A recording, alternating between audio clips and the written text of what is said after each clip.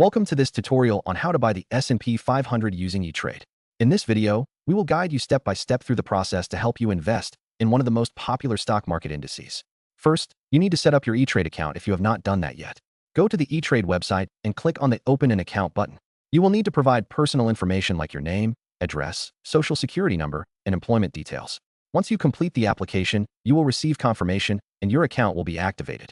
Once your account is set up and funded, log in to your E-Trade account. To buy the S&P 500, you will typically invest in an exchange-traded fund, or ETF, that tracks the index. Search for popular ETFs like SPY or IVV in the search bar. Click on the one you want to purchase, and you will be directed to its overview page. On the overview page, locate the buy option.